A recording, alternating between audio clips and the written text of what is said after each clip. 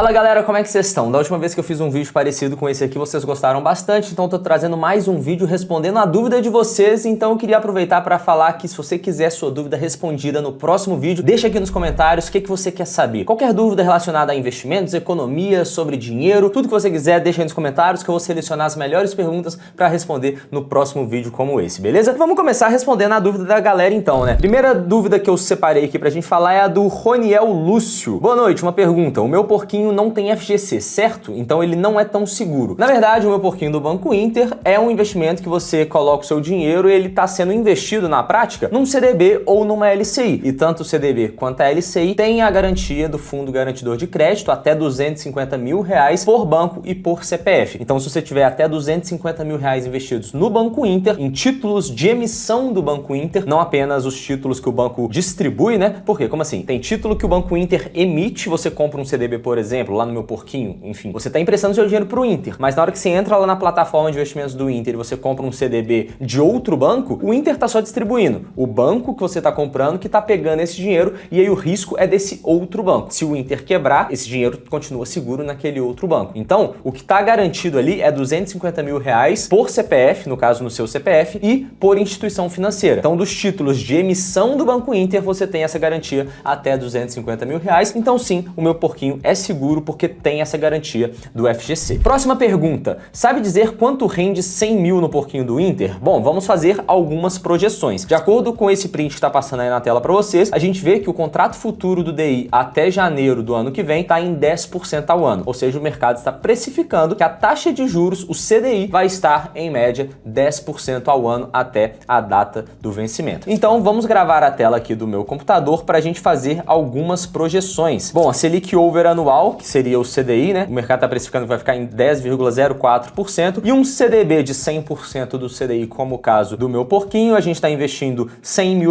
Data de aplicação no momento que eu gravo esse vídeo, dia 14 de fevereiro de 2024. E se a gente for resgatar no final do ano, dia 31/12 de 2024, a gente vai ter a cobrança de imposto de renda de 20% sobre o nosso lucro, por conta do número de dias que a gente tem até a data do vencimento. E o rendimento total vai ser de R$8 mil desses 100 mil que a gente está investindo. Aí vai tirar 1.700 de imposto de renda e vai ter o rendimento líquido de R$7.134.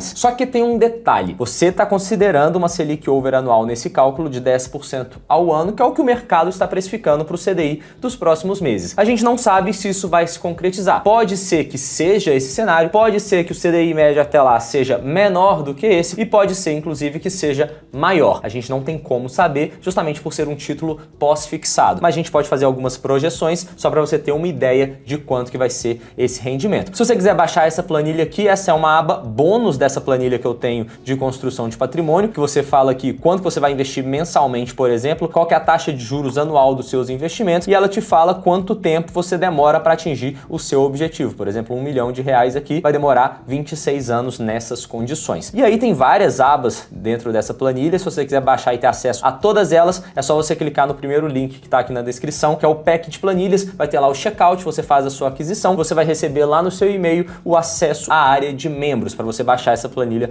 para você. Beleza, vamos para a próxima pergunta, uma pergunta grande aqui, se você quiser você pausa o vídeo para você ler ela toda, mas basicamente ele está falando que a inflação divulgada pelo IBGE é muito diferente da praticada na prateleira do comércio. E sim, e por quê? Da mesma forma que a inflação divulgada pelo IBGE é diferente da inflação pessoal de cada pessoa. O que é o IPCA? É o Índice de Preços ao Consumidor Amplo, basicamente a média de inflação de todos os produtos da economia, ou os principais, pelas famílias que têm até 40 salários mínimos de renda. Ou seja, vai fazer lá a cesta de produtos que essas pessoas consomem e vai ver quanto que cada um desses produtos variou nos últimos meses, nos últimos anos e por aí vai. Então, o IPCA que é divulgado pelo IBGE, basicamente é uma média do que essas famílias estão consumindo. Tem produtos que sobem muito mais do que a inflação, tem produtos que sobem menos do que a inflação e tem produtos, inclusive, que ficam mais baratos, que tem uma deflação e aí a média disso tudo é o que é calculado no IPCA. Ou seja, a inflação é realmente diferente da inflação que você vai ver na prateleira do mercado. Por exemplo, a carne pode ter subido muito mais do que a inflação, mas pode ter algum outro produto que ficou mais barato. Então, não necessariamente a inflação serve de base para você saber exatamente quanto que os produtos estão subindo. A inflação é só uma consequência consequência dessa média da variação de preço dos produtos. E aí, da mesma forma, se você tem uma cesta de produtos pessoal que você consome no seu dia a dia, de acordo com a sua renda, de acordo com os seus objetivos, de acordo com como você vive, você tem lá os produtos e vai gerar uma inflação. Aqueles produtos que você consome valorizaram ou ficaram mais caros tantos por cento nos últimos meses. Mas os meus, por exemplo, eu posso ter uma realidade diferente da sua e o que eu consumo tem uma variação diferente, né? Então, para você, a inflação pode impactar mais no seu bolso do que no meu, ou num cenário diferente, no meu vai impactar muito mais do que no seu. Por exemplo, se alguém depende muito do preço da gasolina para transportar, vai ter uma inflação específica ali. Se a pessoa não tem carro, se ela anda só de bicicleta, a variação do preço da gasolina não vai ter tanto impacto na inflação pessoal dela. Cada um tem a sua realidade, de acordo com o que você consome no dia a dia, então a sua inflação necessariamente vai ser diferente da inflação real oficial do Brasil, que é impossível a gente calcular a inflação de todo mundo. Então tem um índice que o IBGE calcula que faz a média de pessoas, de famílias que têm uma renda até 40 salários mínimos. Próxima pergunta do Bill104. Basicamente ele está falando se tem algum CDB pré-fixado com liquidez diária e resgate imediato. Normalmente é difícil a gente encontrar títulos com liquidez diária, que você pode resgatar a qualquer momento, sendo pré-fixados. Por quê? Isso traz um risco para a pessoa, por conta da variação de preços, e também para a instituição que está emitindo. Muitas vezes ela espera não correr esse risco. Ela só vai emitir um título com liquidez diária se o título for pós-fixado, justamente por causa daquela ideia de marcação a mercado. Os títulos pré-fixados, na medida que a taxa de juros varia, o preço desses títulos varia também ao longo do tempo. Então pode ser que se você quiser resgatar daqui a 2 meses, sendo que a taxa caiu muito, o seu título vai valorizar muito, você vai ter que resgatar e o banco vai ter que te pagar muito mais do que ele estava projetando no primeiro cenário para te pagar. É um risco para ele. Da mesma forma, se a taxa sobe e o preço cai, você vai resgatar no prejuízo. Enquanto num título pós-fixado, que vai render, por exemplo, 100% do CDI, você não corre esse risco de variação de preços, justamente porque o preço vai subindo de pouquinho em pouquinho, de acordo com o CDI de cada dia. Então o banco tem uma certa previsibilidade e um risco menor ao fazer essa emissão. E se você tiver algum título pré-fixado que você quer resgatar a qualquer momento, talvez você consiga vender no mercado secundário, mas não é um resgate de fato. Você vai pegar o seu título, vai vender para outra pessoa e a pessoa vai pagar o preço que ela estiver disposta a pagar. É possível que você faça isso no mercado secundário, mas não necessariamente você vai conseguir também um bom retorno. Vai depender das condições da economia, mas não vem ao caso neste vídeo aqui. Próxima pergunta. Fala sobre melhores investimentos para filhos. Bom, essa é uma pergunta delicada porque depende muito da realidade de cada um, de quantos anos o seu filho tem, durante quanto tempo você quer deixar o seu dinheiro investido, quanto que você vai investir todos os meses, mas de forma genérica aqui, só pra gente ter uma resposta para essa pergunta, eu diria que eu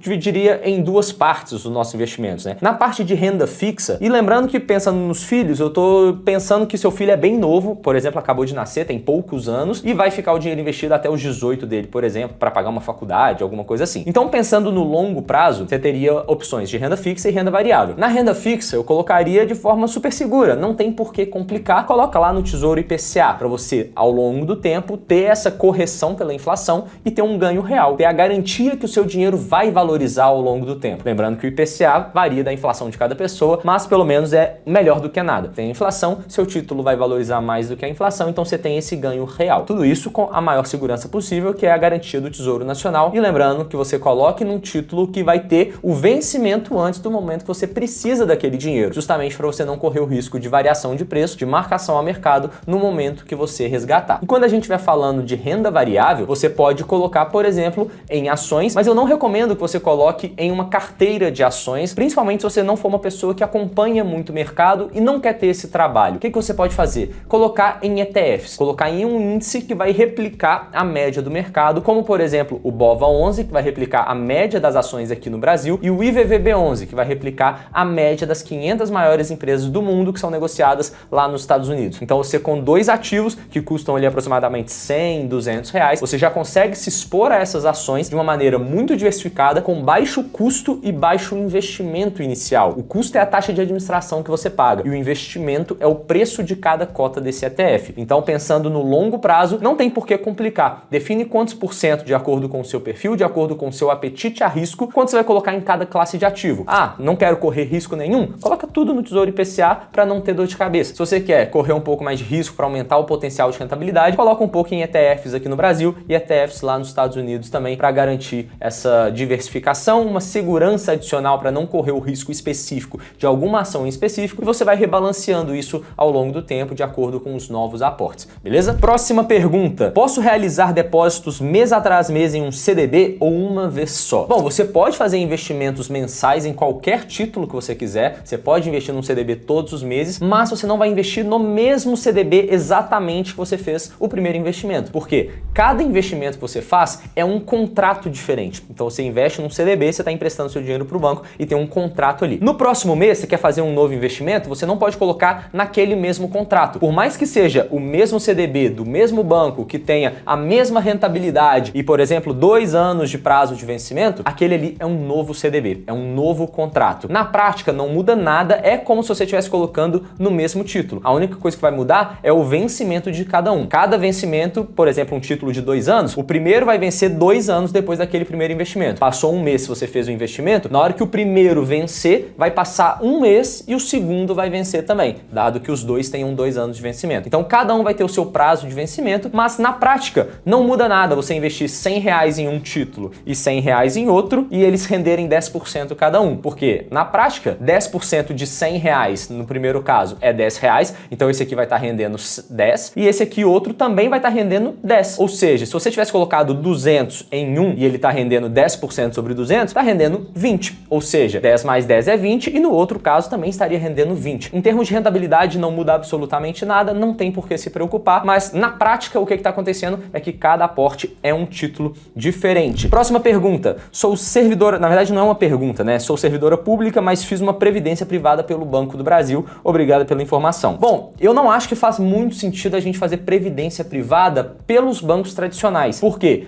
Por mais que o veículo de investimento previdência privada seja uma boa opção por conta de tributação, que às vezes chega ali a 10%, que nenhum outro investimento vai chegar, por mais que você consiga abater a sua base de cálculo, dependendo do plano que você escolhe, em até 12% da sua renda, você reduz esse pagamento de imposto a cada ano. Enfim, tem muitas vantagens na previdência, pensando em sucessão e por aí vai, não vou entrar nesse caso. Mas o fato é que os grandes bancos não têm interesse nenhum em te oferecer um bom fundo de previdência. Então, o veículo é bom, mas tem que tomar muito cuidado em qual fundo você está colocando o seu dinheiro, porque normalmente são fundos que não vão superar, às vezes, nem o CDI e você vai pagar uma alta taxa de administração para isso. Você vai pagar caro para ter uma péssima gestão do seu dinheiro. Então toma muito cuidado e escolha bem os fundos que você vai colocar o seu dinheiro, e normalmente esses fundos de grandes bancos, até então, a grande maioria deles não são bons investimentos. Toma muito cuidado com isso. Não apenas do Banco do Brasil, Bradesco, Itaú, Santander, todos esses têm péssimos produtos de previdência, tem que ficar atento. E por fim, a última pergunta que eu separei aqui é: até o fim, ótimo vídeo, só me falta uma coisa agora, a coragem para investir, sem que não bata aquele grande medo. E é aquela história, né? Você só tem medo do que é desconhecido. A partir do momento que você fez uma vez, o medo vai acabar. Então não precisa você pegar todo o seu dinheiro e começar a investir. Pega investimentos que, por exemplo, você pode começar com R$10. Se você perder R$10, não vai fazer diferença nenhuma na sua vida. Pensa que você está comprando ali uma cerveja no final de semana que você vai beber e o dinheiro sumiu. A mesma ideia é no mercado financeiro. Se você coloca o seu dinheiro ali num CDB ou você compra uma ação, vai ter aquele medo. O que vai acontecer depois? Como é que eu resgato? E se o dinheiro não voltar para minha conta? Você só vai perder esse medo, eu te garanto, depois que você fizer o seu primeiro passo. Então,